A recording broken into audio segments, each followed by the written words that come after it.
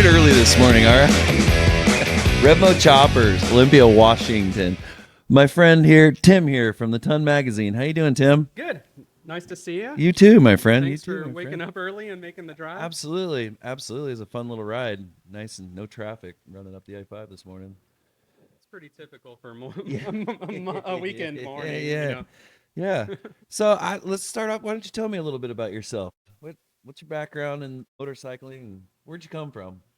Well, I mean, we only have 45 minutes or an hour, Oh, so boy. I'll keep Okay. it. I'll This keep is it gonna short. be quite the We'll story. keep it short. All right. I'm originally from the high desert Antelope Valley, which is like the desert just north of Los Angeles. Okay. And so I lived there as a kid, and there I started motorcycles with like 80cc dirt bikes. My uncle was Charlie Morris, who was a really famous desert racer for SoCal MC. He's buried at the Husky Memorial, No something way. like that. And then my cousin was Tuna, and he was a pro motocross rider.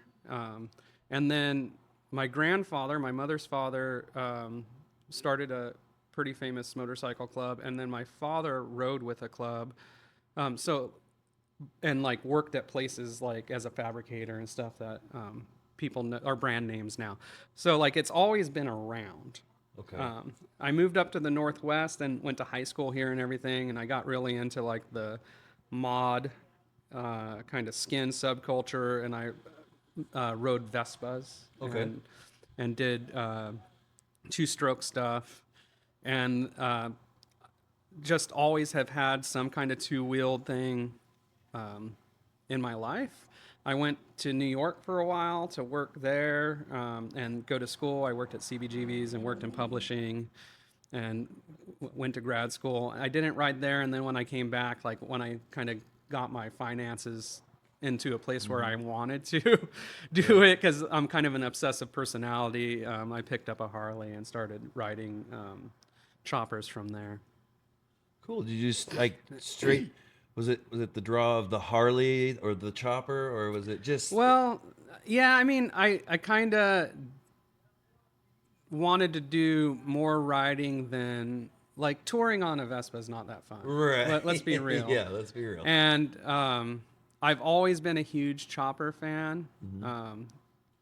Since I was a little kid, there's a lot of photos of me like on like family members' bikes, and then even like my social media profile is like me on a Coleco Chop and Go chopper or whatever from the early 80s. Yeah, that's cool. So it's like always been kind of an obsession in some way, but so I'm not super like brand specific. I mean, we're talking about Harleys. I'm wearing a Triumph shirt. I have a Triumph chopper. No big In deal. that way, but I do think that for the chopper platform, Harley's definitely probably Where it's at. the best bike Where for it's it. at, where it's Yeah, Nice. just aesthetically more Right. than anything. Right. I have that blind loyalty, I guess they say. Yeah. I love all two wheels, but the bar and shield. Yeah. My fallback for sure, for sure.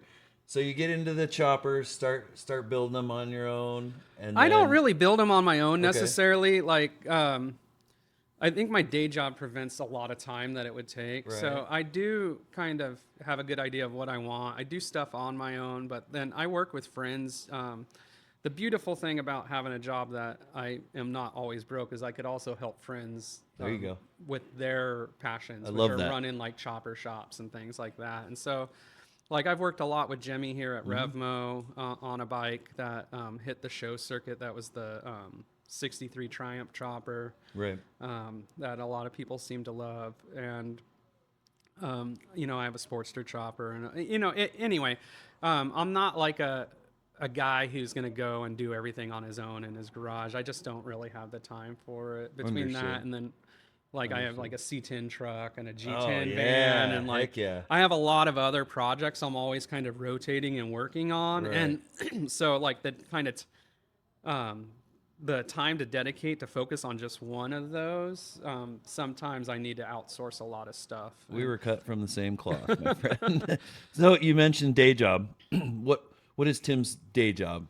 Well, I mean, it's hard to describe in real short, but I work for an organization that represents every elected county official in the state of Washington, and we do a lot of their education and public outreach to tell people what that, like what a coroner does, for example, Okay. and then also to train them as like what you know legally are bound to do, things Really? like that. And then we go to the legislature for them on their behalf to lobby for things like to designate post-traumatic stress disorder as a designated occupational disease, which Okay. like cops and firefighters, everyone has. Right. Coroners don't. They touch a lot more dead bodies and tell everyone that their kids are dead. So it's Ugh. a really Okay. rough job, Yeah. right? Sorry, I kicked you there, but That's okay.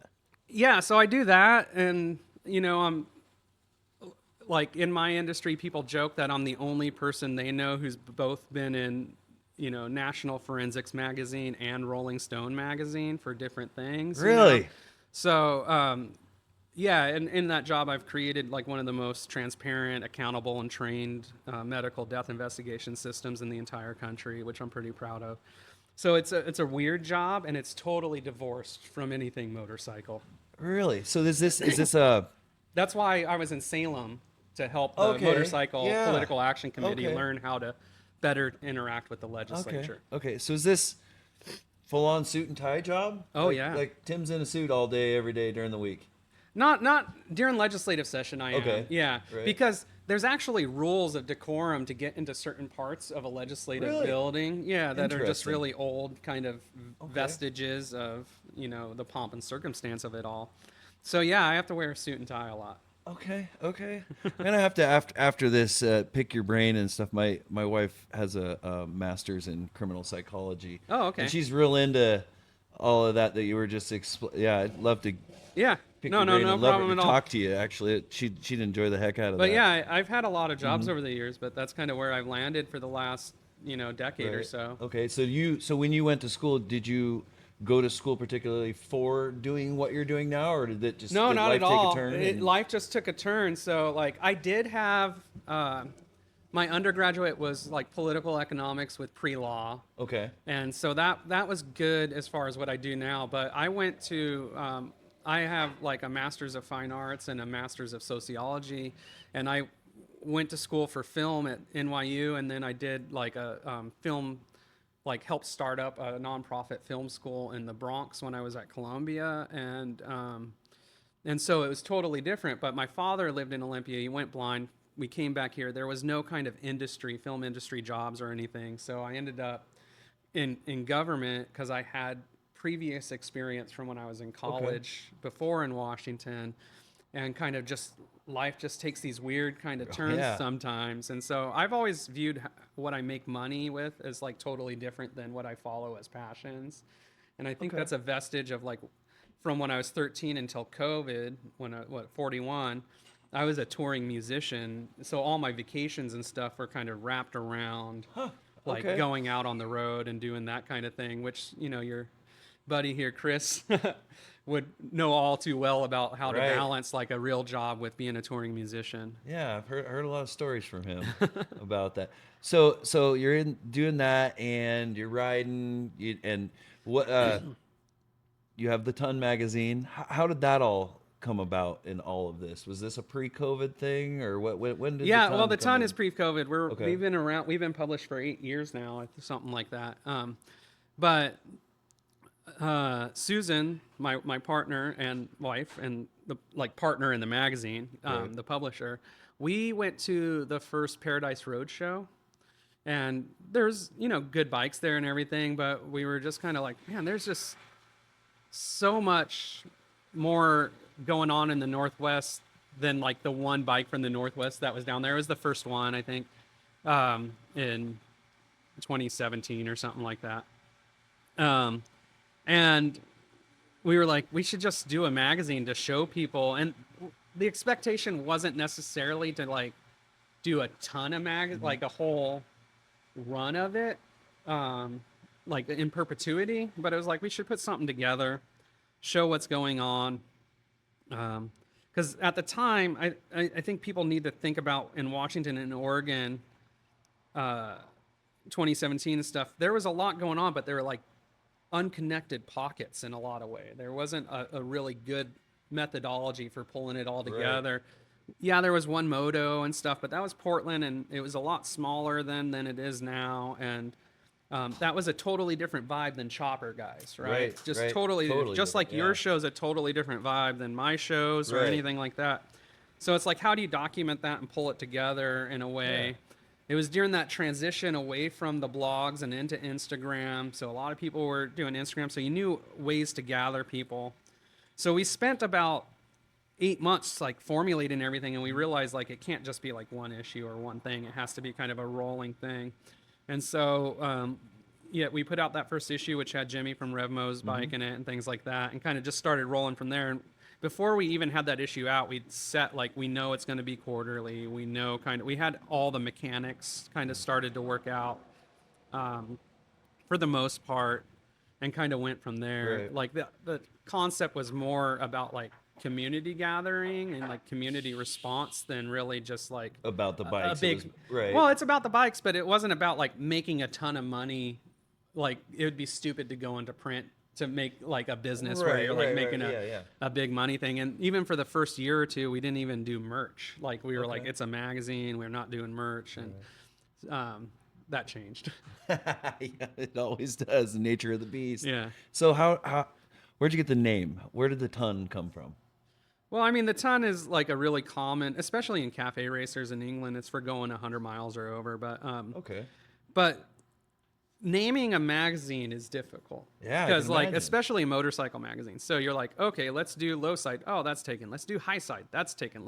You kind of go through all these names that are taking, and you need to find one where you can get the URL. You could get the social media. Yep. You could register the trademark. Right. Like all of those are like real like core business decisions, because someone could just say, no, I had it first, and you're screwed, right? Well, you might have had it first in some small form, but I have a Yeah. registered trademark yep, for it. exactly. So now, like, Yeah. now it's mine. Like, I mean, you're going to have to pay a lot of money for litigation to overturn a registered trademark. And so it really is like finding something that works within all of those kind of business kind of areas. And even like a business name, a state or something will have it. So we went through a bunch, and we also wanted to keep them as short as possible, like 2 words, monosyllable. So that's why I use like low side, high side, things like that. Gotcha. Because Right. that, as far as memory goes, sticks in people's mind for forever. I mean, monosyllable, 1 or 2 words is the best branding for any kind of like marketing venture, because it just stays there. And so that kind of is the unsexy way we got out of it. Right. And then you kind of go, it's like, okay, well, it's Washington. The bikes weigh a ton. Okay, And there's all these like Okay. stupid puns that you could do with it, which we kind of joke around with. But the real reason is every other idea was taken. Okay. So I was flipping through a couple of magazines, and what's the Yardbird thing all about? Well, so there's there used to be a small chain of grocery stores and not vintage, but grocery stores and like Army surplus and department stores that was in Chehalis, Olympia, and Shelton, called Yardbirds. And the Olympia one eventually was sold to the workers, Okay. and was like beloved. And it was open until the 1990s, and then the building itself burnt down. So like people, especially people among like the punk community and the alternative community in Olympia, really have an affinity for this. Like it's what we grew up with. Like for me, it's where like I got my McGregor like Right. shoes Okay. and shit, Yeah, because it yeah, was yeah. like where the kids who didn't have a ton of money went shopping.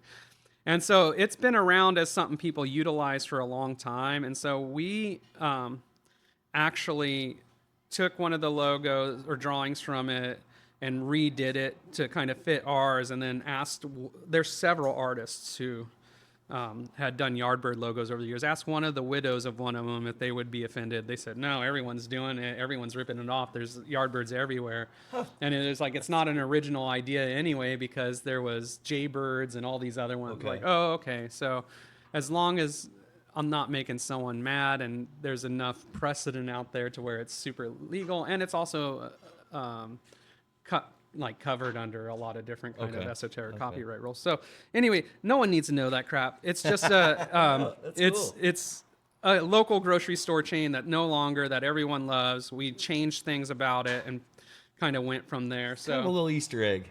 yeah, For, it's an if you know, Easter you egg. know, kind of Yeah, thing, right? exactly. I think that's cool. Stuff like that's cool. It gives people something to Well, talk and about it and kind of loops wonder. And, back to our like trying to really focus on the Northwest a yeah. lot rather than just be like something that's focusing on whatever the next cool thing necessarily is we always Right. try and loop things back to the Okay. Northwest. So the Ton's been in print for how many years now then? 8. 8 years. Wow. Wow. Yeah. And that's no breaks. No, you guys blew right through COVID and everything, kept it going. Yeah, I mean, we went through COVID and then we went through our office was above the old Revmo, which this is the new one. And both our office and their shop, everything burnt down on us Oh, wow. like around 2001 or 2021, sorry. So like we were fortunate at that time that we had an issue at the printer that wasn't um, in stock in the office. So Really? like we were able to go right into monetizing to help dig out right away. And of course this community supported us and everything. We might have been a little dumb of doing a GoFundMe that's like ridiculously low, like $7,000 or $6,000 Yeah. or something like that, because we lost 70 grand. Oh my Like- goodness. Wow. Like I lost crazy stuff in that because I also Right. had some personal things in there. So yeah, I mean, When you your boss man remembers our office. Yeah.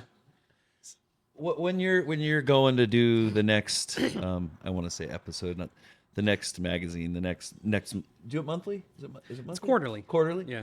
What do you look for in a because you feature a bike like a traditional magazine or It really depends on what's like going on. So Right. like sometimes I will have just hit something like I go to Moon Eyes in Japan, Right. right? And so you know, I did an article on Moon Eyes in the last issue, but I have other content from that trip to Japan. Okay. So like the next issue, for example, will have like Semba Motors, which has been around since 1947 in Japan, and Revolt, which is a great fabricator.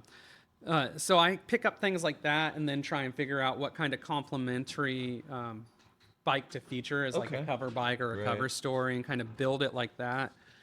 We do like concept issues very infrequently. I think like we did one art issue, which was like not bikes but art, and Right. we have another one coming up soon that's kind of concepty.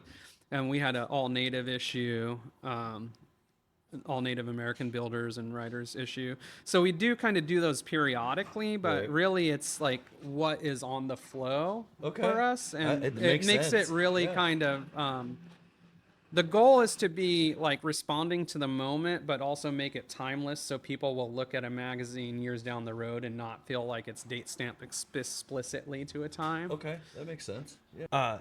So you mentioned the Native American bike or issue. You said, Yeah, yeah, issue. Tell me a little bit more about that. Is that something that is like personal to you? Yeah, or? yeah. So I'm a passing Native man.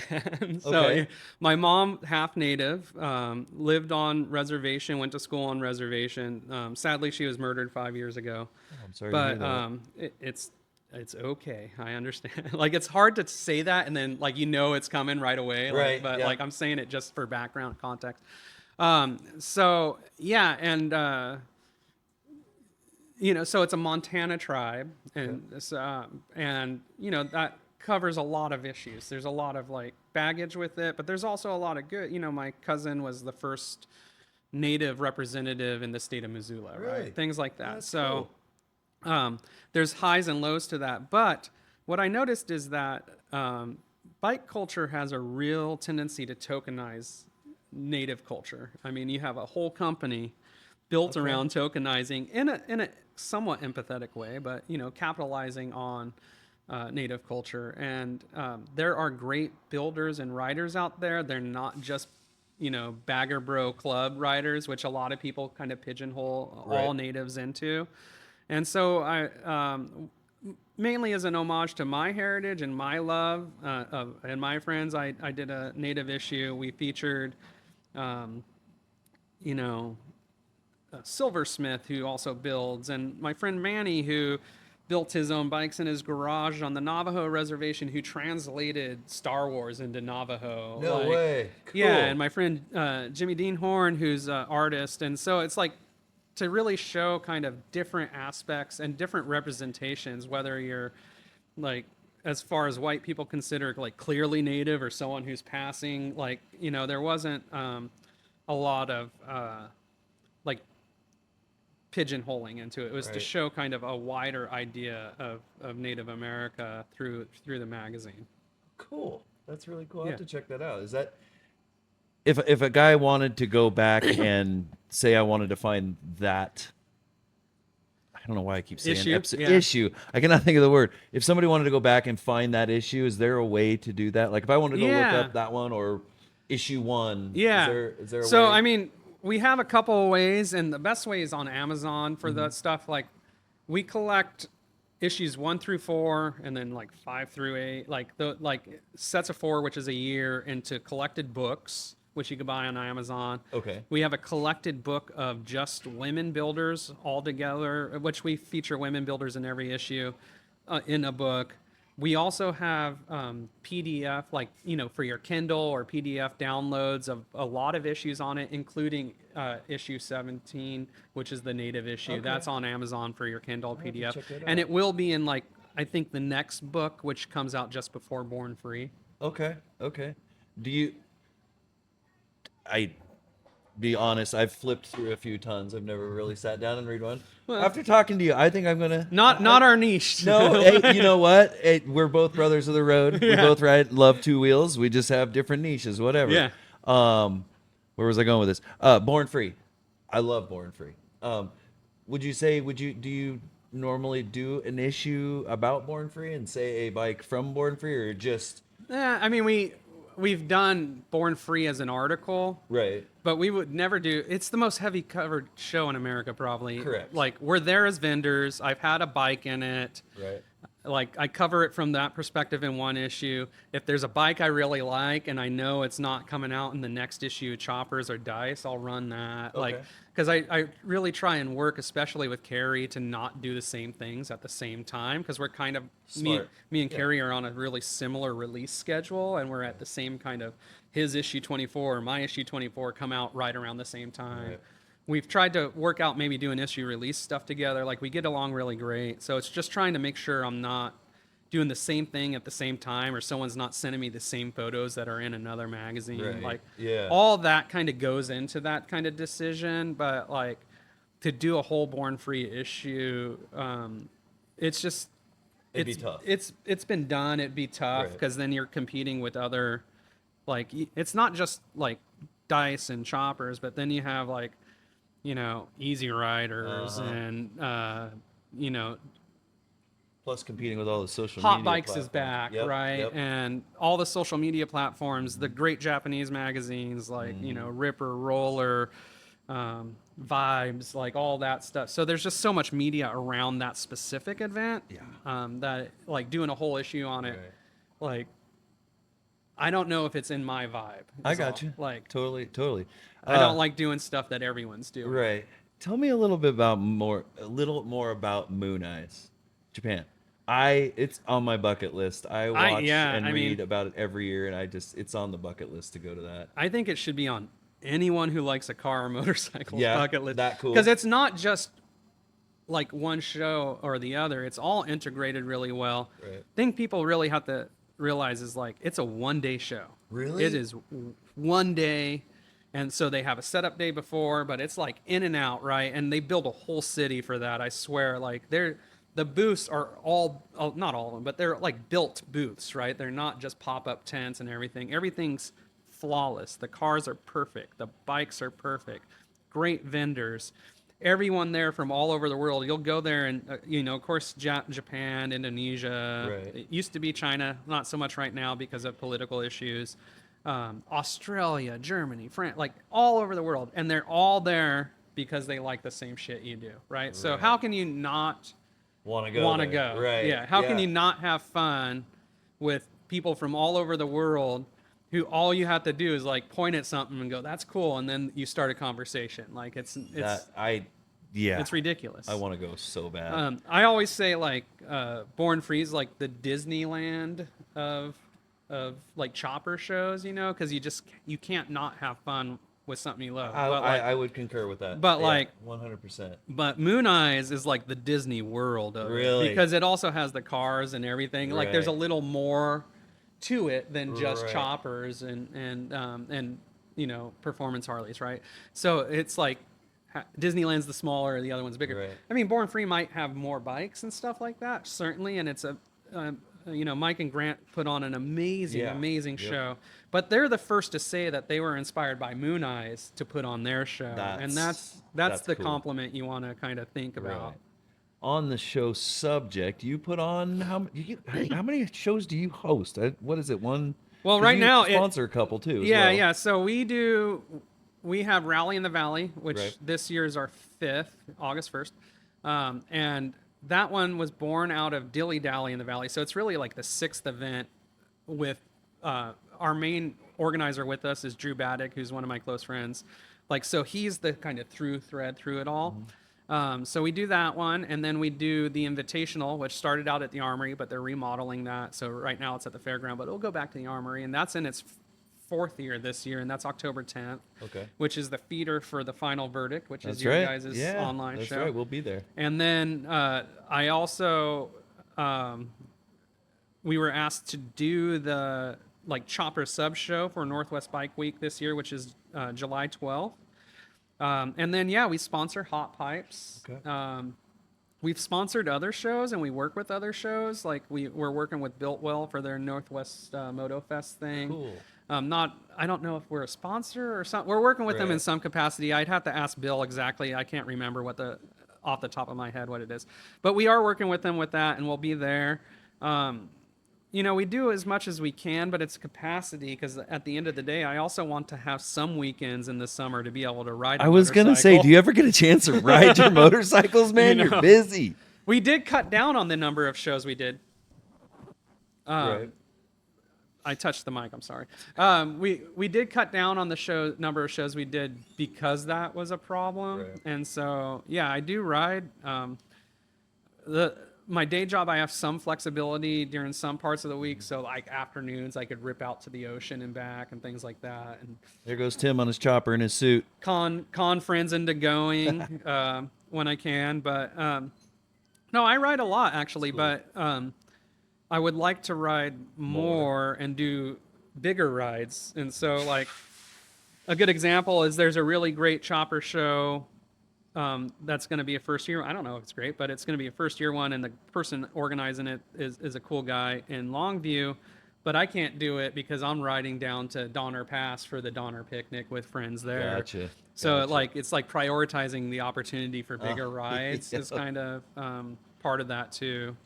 And then I'm planning like a longer ride that may be coupled with a fundraiser aspect for Okay. missing and murdered Indigenous women out to my reservation in Montana. That might be next year. I don't Right. know. So it's trying to balance like my personal passion with like fostering this community Yeah. and putting it out I there because love I'm what not you're like doing, getting Bill. rich off this shit. No, none of us are, but I love what you're doing. I like. We said we're from a totally two different niches, Yeah. but we're still motorcycle lovers when Yeah. it comes down to it. I love what you're doing. I've been following your stuff forever, and Well, really and I giving back to appreciate the you've community. actually invited us to your show Yeah. before, and that's kind of those. That's a good thing to kind of talk through. Is Right. like when we cut back, the reason we cut back your show is like there's niches and niches, right? Like Understood. so like you're already as a company working within motorcycles within a Right. niche of automotive industry, right? And then like there's a sub niche which could be like the baggers, Dyna, like performance, like Right. that's a bigger group of people than choppers. So we're like a niche of a niche of a niche, right? Right.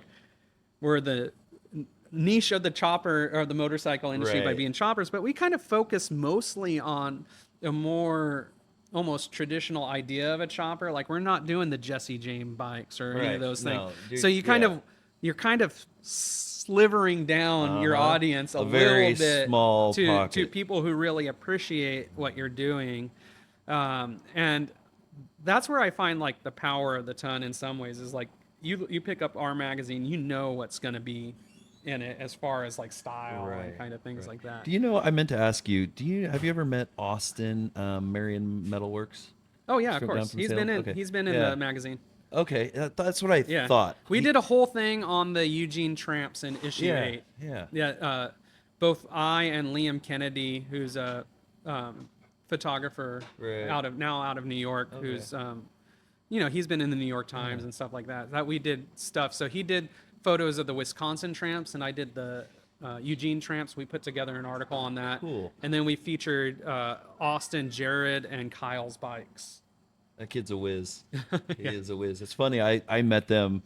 I live in Dallas, Oregon, and they had a little shop. I don't know if you ever go to the one that was behind the movie theater? Did you? Yeah. Yeah, I met them. I met Austin. I don't remember through the show scene and everything. And he invited me over there one day. He's like, "Ride your shovel head over here." And everybody's seen my shovel head. It's not your typical shovel head, whatever. But I rolled in there, and all the kids are in there, with the choppers up on the stumps and stuff. I was like, you guys are really keeping it alive. This is like, Yeah. when I see those guys and talk to them, and you guys are really keeping that core original chopper lifestyle. I don't know Well, what you yeah, I call mean, it. I think It's they're awesome. they're a good example of people who Right. are because they're a bit younger than me. Yeah. I'm in the like time when I'm getting closer to 50 than too, they are. brother. So like, it's people younger who really will be the people who carry it through, and they're also the people who they're the decision point that money people have to look at. Like they're not none of them are buying new bikes, right? Yep. Yep. So what kind of does that say about an industry, right? When a lot of the younger people aren't buying new bikes. So I think that's the thing to kind of watch in that regard. Right. So, looking forward, what would it take for Tim to come back to the Pac West Motorcycle Show? Maybe do a little side chopper show for me. Maybe someday. We I talk think it's about just it? I think it's timing. Timing, yeah. I think it's timing because really it's like it has to be a time where I not doing other things. Understood. Really. I totally Like, totally get it. and Yeah. I like where you're going with the Right. new location, and that's something we've been talking about ourselves is like small town kind of integration with Right. shows, so that it kind of helps boost kind of smaller town, like empty downtown space economies. I mean, we don't want to make it like Hollister or something No, like that. no, but, no, no, no. We're not doing that. But, we're gonna we want to local support a town businesses, and support local businesses. That's kind of our whole deal. So it's a timing. All of that's timing things, and as much advance notice as possible. Because like once you get towards the end of the year, people are already saying this is when I'm doing it. Yeah. Yeah. It's so hard to squeeze it all You in. got to pee on the tree, man. Yep. Yeah, That's leave what your it mark. is. Yeah. Do you go to Mama Tried? Do I go to Mama? I have not gone to Mama Tried. What? Because that's typically during legislative session or just before. So it's really difficult to. I have gone to Milwaukee. I spent 2 weeks there during the Right. 115th anniversary Okay. year. Because of work, I was there for something else, but then I stayed for the, Harley Homecoming. And then it wasn't like annual, which it was annual for a few Right. years, but back then it wasn't. And so like it's nothing against Milwaukee. I love Milwaukee. It's just and those guys are great. Yeah. I've met them all. They're all really cool. And all the ancillary people like Geared Science, like that channel, the person who runs it, kind of been really good to us. Our buddy Rick, Chicken Rick, was a huge early supporter of the ton. So it's just a timing thing usually. Right. Um, I'd highly recommend. yeah.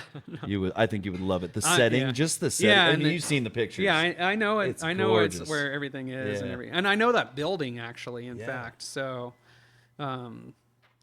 like everything about that, like I've been in every building it's in. Like the Fiserv building, I went to the opening event there because there was like $15. You could see Violent Femmes and the Killers. Wow. And I'm like, oh shit! And it's like Okay. next door to my hotel that I'm staying. I'm like, okay.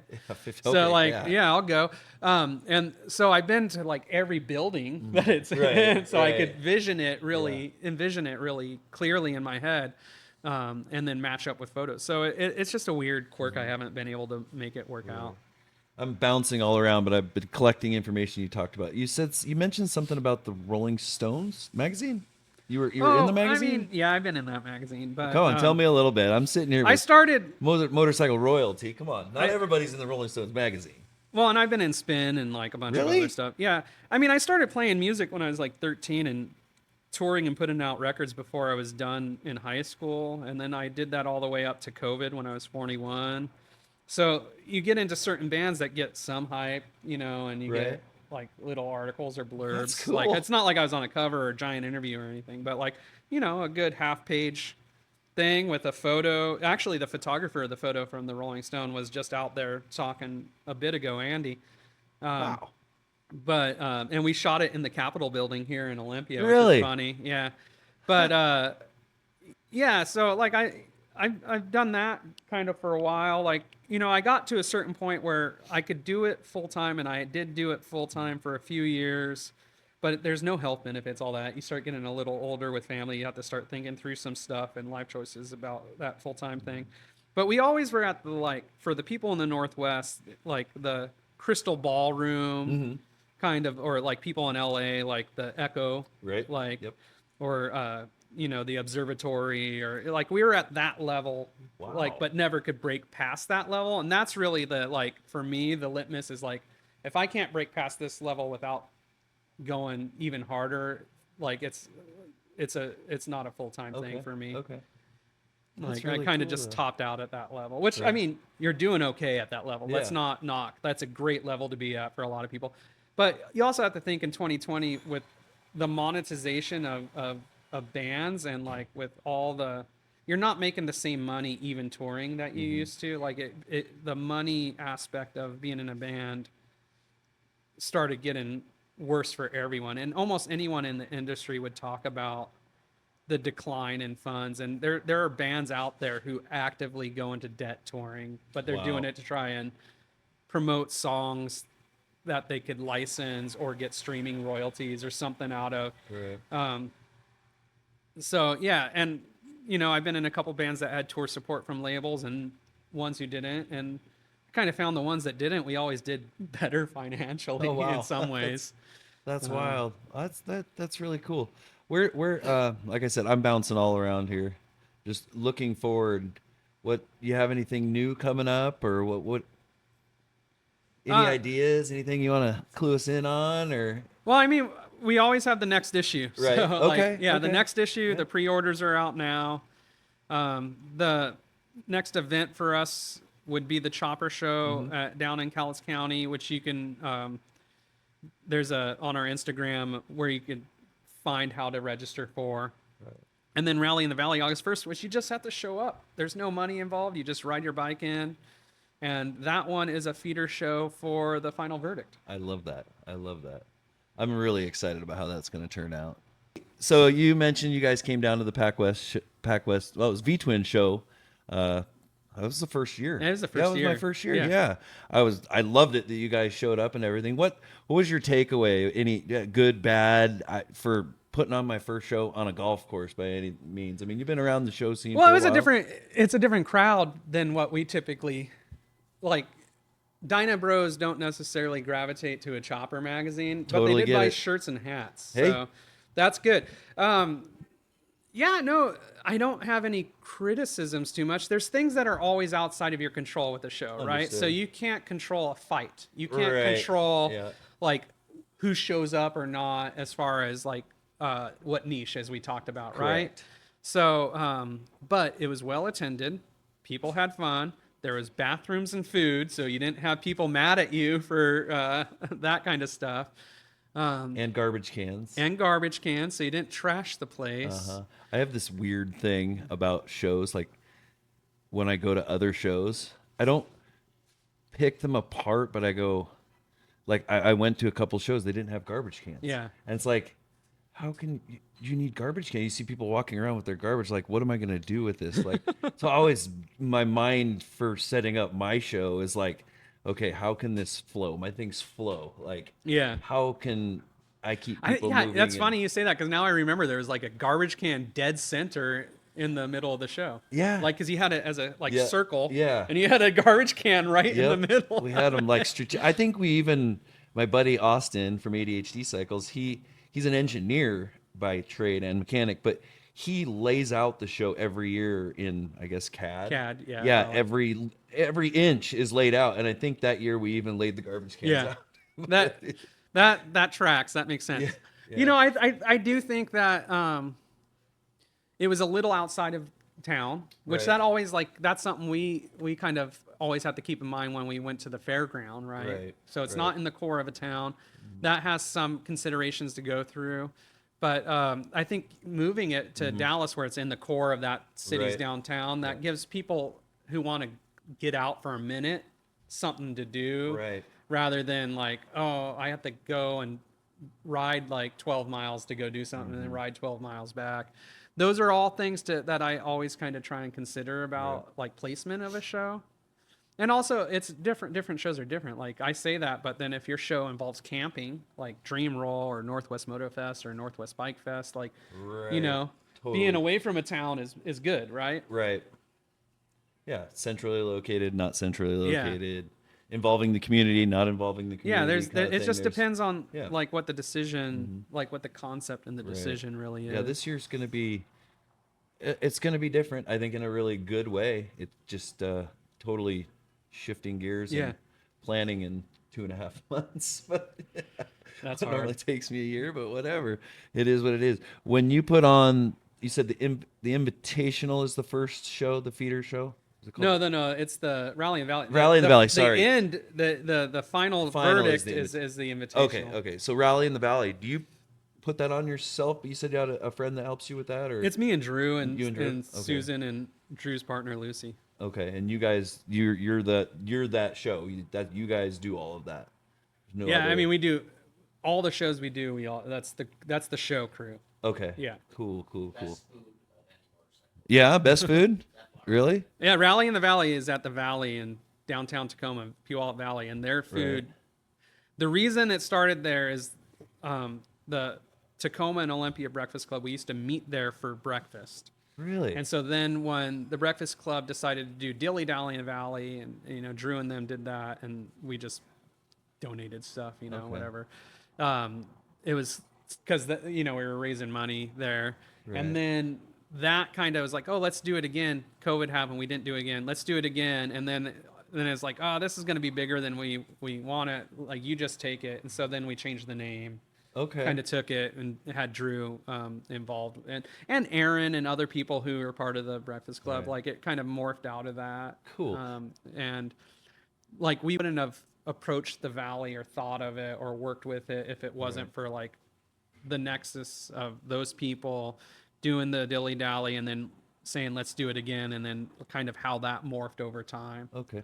And you said that the Rally in the Valley, there's no entering a bike or anything. You just show up, and if somebody likes your bike, I mean there's judges, but it's Right. it's a classic ride-in. You just, if you have a chopper or even there's a swing arm category, but you just show up, and then we have judges who select the winner. Cool. There's no, I'm not actually, this is probably controversial, so this might be a clip. to each his But own, bro. I'm not a fan of people who are in a crowd voting for a bike. There's people who stuff ballots for it. Oh, yes, some people yes. vote No, for I'm- a bike. I'm with you on this one. Someone Yes, will be yes, like, yes. "Oh, Yeah. well, that guy's brother died.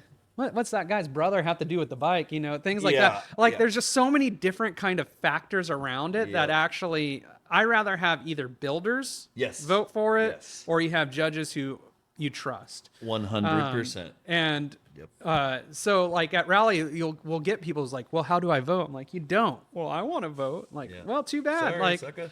you didn't pay for anything, so like, Yep. it's free. I know exactly where you're coming from, and that's not, to me, not controversial at all. I've witnessed it at other shows. I've witnessed it, like People's Choice, for example. I mean, that I've seen, hey, go vote for my buddy, or I've seen people grab handfuls of the, Oh, yeah. ballots and stuff like that. It's just, then you literally lose control of it. So, I mean, Yeah, I mean, I think I respect how they kind of whittle down to people's choice. So like by the time you get to the final of that one, right. like they're all cream of the crop bikes. correct. So, True. but on a ride-in show, Yeah, no, I think you that's know, cool. like I really don't cool. want the clapped out meth iron head to win over something that someone spent all this Right, time and effort right, into, right. I think this year, because we had to change everything up and we're going to be out in the open environment, and we've always had a 2 day show wherever, but I tried to get everybody to leave their bikes overnight. Oh It's yeah. tough to get It's somebody to tough to leave do their that, show yeah. bike. So this year we're going to do, which we're also a feeder for the final verdict. We're going to do all our awards on Saturday, and Oh it'll be yeah. submissions this year. It's always been an open show, but I can only take a certain amount of bikes, so we're going to do submissions this year. For Sunday, I'm working on it right now. It's gonna be a thing, and I don't mind saying it on here, but I'm gonna do a ride-in show on Sunday for anybody that obviously didn't make the submissions for Saturday. But I think we'll do like I haven't really come up with an amount, or we'll say $10 to get in, winner take all. Yeah. But whoever has your bike in the show votes, Oh and yeah. that's it. So winner takes all of that entry money. So 10 bikes show up, then Yeah. that's the winning. We get 50 bikes. There's the pot. Yeah. Just kind of make it fun like that, where they can vote for themselves Yeah. or vote for each other. Yeah. So, yeah, make it fun. Um Make it not all about. yeah, I mean, you asked kind of because I travel a lot and I work with government what I think where we are as mankind, and we're in one of those dark valleys. And it's not just America. You look at the rise of extremism in a lot of countries. But the thing that people have to look at, if despair kind of clouds everything, right? The length of time that these valleys last is not a lot of years, right? So if you want to talk about like the World War II era, right? So you're talking 1933 is Night of the Long Knives, which is really the real start of Nazism as people know it, and then you're going till about 1945, 46, depending on how you calculate it. That's not really a terrible amount of time compared to the span of time of like kind of modern politics, right? Right. So there will be a time when things look brighter for those who look brighter, and tides do shift. But we're definitely worldwide, whether you're in America or Japan or Hungary or Italy. Hungary is like the kind of bright spot of some kind of movement away from darker times. So there are these kind of signalers, even with a kind of closing of a like totalitarianism or jingoism or any of those isms. So I think that we'll pull out of it, but it doesn't mean you take the eye off the ball and fight for what you believe. And that's the beauty of democracy, is you have a voice and a vote. And if you're ceding that voice or vote to other people, then you're kind of have no space to complain one way or the other. There you go. There you go. Okay. Okay. Yeah. So the reason we kind of brought it up was it seems that the driving force behind the ton is art and the expression of, and how that. Yeah, kinda- I mean, I think the driving force is like the marriage of community and art, right? Like, it's not necessarily just to make money or anything like that. The commodification of it is just to be able to fund it to kind of keep going. Right. And my personality type is like everything I do. There's an art to it. Like even approaching the legislature, there's certainly an art to public speaking and things like that. But I come from an arts background, a master's of fine arts, all that kind of stuff. And I've been fortunate to be a punk rocker and be punk rock and do it myself, and also live in a community. I moved here in 1988 that is all about kind of community and about utilizing music and art to put forth what you feel is right and just in life. And so that expression and influence really informs how we go about things with the ton. So our driving purpose is to get more voices out there and to diversify the voices.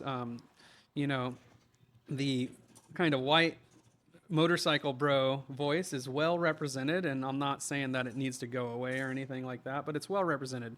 But you don't have, even though they're close to 25% of the riding population now, as robust of a voice with women represented. You don't see 25% of your media having women writers or builders. You don't see a robust representation of people of color. You don't see a robust representation of people with different ideas on sexuality and gender. And so we want to offer a forum to have it be about motorcycles and to be about the art of motorcycles, but that other people's voices can be represented in that discussion, and that way we're a global community of people discussing our love of motorcycles from very different points of view in a way that is not antagonistic towards each other, but sharing in our love of the thing that we're all talking about. I like that. I like that a lot. That's yes, 100%. Okay. So, man, we're approaching an hour here. So we're talking about art and stuff. What's your opinion on AI, AI and art? Well, I mean, I've made no bones about my hate of it. I hate when I see a show poster and I could tell it's AI because there's certain telltale signs, and it's lazy. It's also theft, and people don't think about it this way. The reason AI art exists is because they're gathering aggregate data Stuff of that's other already- people's art and then taking that aggregate data to create something out of it. So if it wasn't for artists' actual work who are underpaid, who are working hard, this wouldn't exist. And so rather than spending little effort and little time stealing from someone, get like 50 Make to your own shit. $100 together and get a tattoo artist or a friend who Right. knows how to draw or anything. I rather see fucking show flyers that are MS Paint look like Stick figures. Like, yeah. Okay. It could be the worst looking flyer as long as it's done by a human hand. I wouldn't mind. We have this flyer for the ride-in show, Rally in the Valley 5, and it's also we have a tour shirt we're making out of it, and Right. it's on our Instagram and stuff, and it's a really well drawn Mount Rainier erupting, and then this creature on a motorcycle coming down from it. Travis Stanley did the art for that, and it took him forever. And the background is like R. Crumb level detail, like really, really detailed. And some guy's like, too bad it's AI. And it's like, motherfucker, that's not AI. Like, you don't even know the difference. That's how bad AI is getting. It is. That It's is getting really hand bad. drawn, and then I did all the layout and font work and all the graphic design over it. It took forever. It took 2 individuals. We did it on the cheap, but we did it ourselves. Exactly. Exactly. Like, come on. Mm-hmm. I get Fuck that. AI. It drains our water resources. It pollutes the earth. It raises our cost of everything, and it steals from artists. Why would you support that? Totally feel you, brother. Totally feel you. That's my soapbox. No. Yep. Well, if you are on board with my friend Tim and myself here, and you want to support the Ton and any of the shows that he puts on, why don't you tell us where we can find you and how we can get a hold of you, my friend? Yeah, I mean, you can find us through most common channels, but the Ton Mag on Instagram is our main external info thing. We're on Facebook as the Ton Mag as well. We have a website, thetonmag.com. The only wrench in all of this is our YouTube is youtube.com at the Ton Magazine, because someone who likes guns already took the Ton Mag for some reason. Gotcha. Okay. And it sounds like we're probably going to see each other a few more times this year. Oh, sure. Yeah. For sure at the Final Verdict show. I'm excited about that. That's Yeah. gonna be fun. That's gonna Yeah. be really fun. Maybe I can build a chopper in that time. Well, you'd have to get it into another show That's first. right. That's right. How's this gonna work? Maybe next year. I don't think it has to be a chopper for that show, though, right? Oh, that's true. Yeah. That is true. Huh. Awesome. Well, But if it's not, you're lame. Kidding. Watch I'm not judging at my show. Watch a non-chopper will win or something and be like, you lame. I just appreciate the art on that note of motorcycles. Like you said, we're from different niches. Yeah. And if it's 2 wheels, it's art to me. And so, yeah. Bringing people together on the Metier Moto Show. There you go. Thanks again, Metier. We love you guys. Tim, thank you very much. See ya. Appreciate you sitting down with us. Thank you.